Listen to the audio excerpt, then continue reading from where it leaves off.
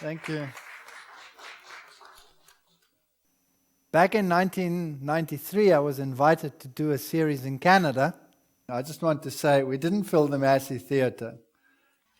There were 1,260 seats, and every seat was full bar one.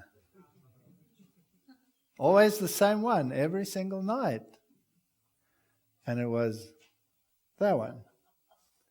It was just like here. There was a door there. There was an aisle. There was an aisle and an aisle. And one seat, that one, was open. You know the story, don't you? You must know the story. You don't know the story? I'm sure you know the story. Yeah. And we had double lectures. Well, let me tell the story then.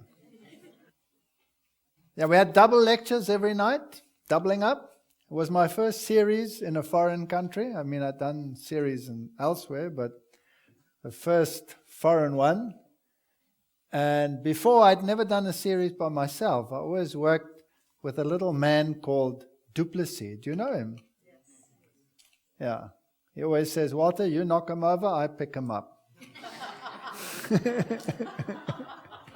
He's a sweetie pie. Yes, and so I was all out by myself, and I thought, Lord, how am I ever... This story is a lifesaver for me, really, because it's sustained me for 23 years, this story. It's really very important to me.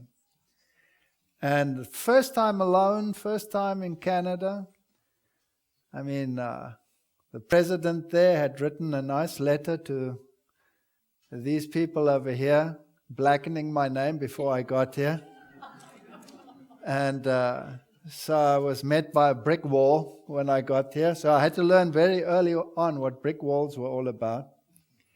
And then we had these double lectures, and when I started getting into the real truths, you know, Mark of the Beast and all of these things, did you know that the Canadians could be very acrimonious? Not as bad as the Germans, but bad enough. And they would storm to the front, and they would get physical. And some of them would run onto the stage and grab the mic from me and shout into the audience, the Antichrist is not the Pope, this man is the Antichrist. And I had to deal with all of that. And they got more and more aggressive, and eventually they did want to get physical, but the hall was big. I mean, 1,260 people, that's a lot, right? And Wenzel of them, they were all in the back there. They couldn't be bothered about me suffering with all these people in the front here. And because they were back-to-back lectures with a 15-minute break, we would come off the stage and try and go to the back. I never got there. They would come and they would accost me. But every night, that door, while I was busy with my first lecture, would open, and a Down syndrome kid, now you know the story, hey? Would come walking in, and he'd go and sit in that chair. And he'd be cute. Very Downs. He was about this big, tongue hanging out. And he'd sing. Not bothersome. He'd sit there. And then when this drama started and these people came to become aggressive, he would get up. They've got these short little stocky arms, and he'd go through them, and he'd come and stand with me. He'd put his arms around me, and he'd put his head there, and he'd sing. And there's no way you can hit somebody who's got a Down syndrome kid hanging on him. It's true. It's physically impossible. You can't do it, no matter how aggressive you are. And it became so, I became totally dependent on my Down syndrome kid. And 2 or 3 times he was late. I would stretch my lecture. Believe me, I can stretch lectures. Until the door went in, and I would heave a sigh of relief, and he would sit. Why was that chair open? The same one. I mean, it's 1,260 people. They can sit anywhere, right? That one was open. It was his chair. And then We moved from the Massey Theatre, I don't know, where did we move to? To the other side of Vancouver, to the church. There I was on the other side of Vancouver, and of course he was gone. Now, who was the Down syndrome kid? I thought he was part of the furniture, or maybe a neighbor's kid, because he always came alone. And the question is, why is there no support, no parents, no this, no that, nothing? And how does he get here, and how does he get in? And, questions like that. And I thought, well, he's part of the establishment. And I missed him. And then Amazing Discoveries is very kind to me. They only give me, 7 lectures in a row or so on a day. And it was a Sabbath, and I was flying the next day. And we were on the other side of the city. And I had something like, I don't remember, 6 or 7 lectures, really, something ridiculous. And in those days, there were slides. You didn't have a thing like this. And so you had all these carousels standing around and packing in the slides to get them back into their little packets.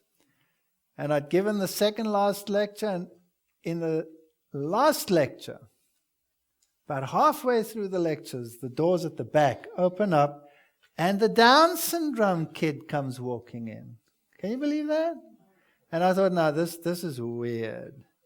No parents, no adult, other side of Vancouver. That means buses, transport, you can't walk. He's not part of the establishment. Who are you? And you know what? The same seat, that one, was open. And he sat right in the front. And I gave that last lecture, and I looked at him. And then after the lecture, I had to pack all these slides back, because I had to fly the next day. And I had all my little packets there, and I put them in there.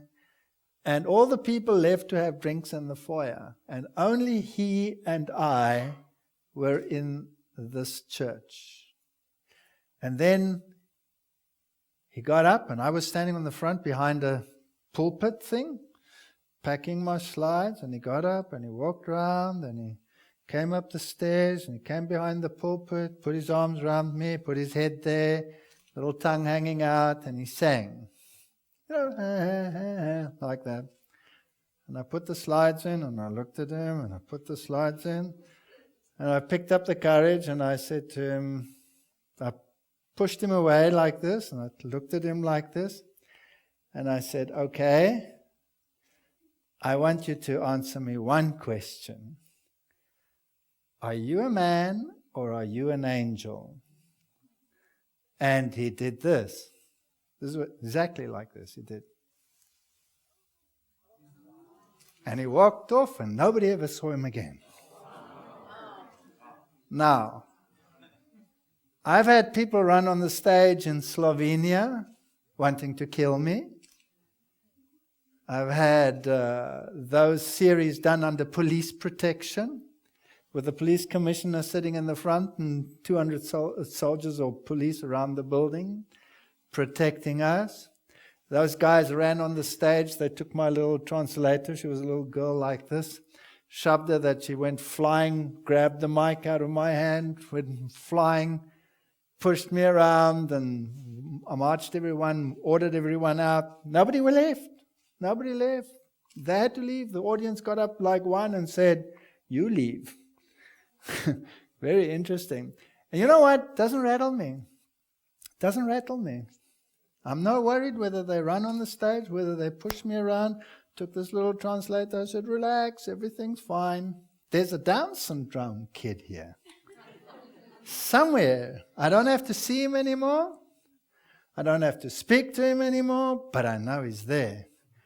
And he's no Down syndrome kid. One angel, 186,000 Assyrian soldiers dead in one night. Don't mess with a Down syndrome kid. But the verse now reads, not by might, not by power, but by my Down syndrome kids, says the Lord. So yes, that angel did sustain me. So it was 1,260 minus 1.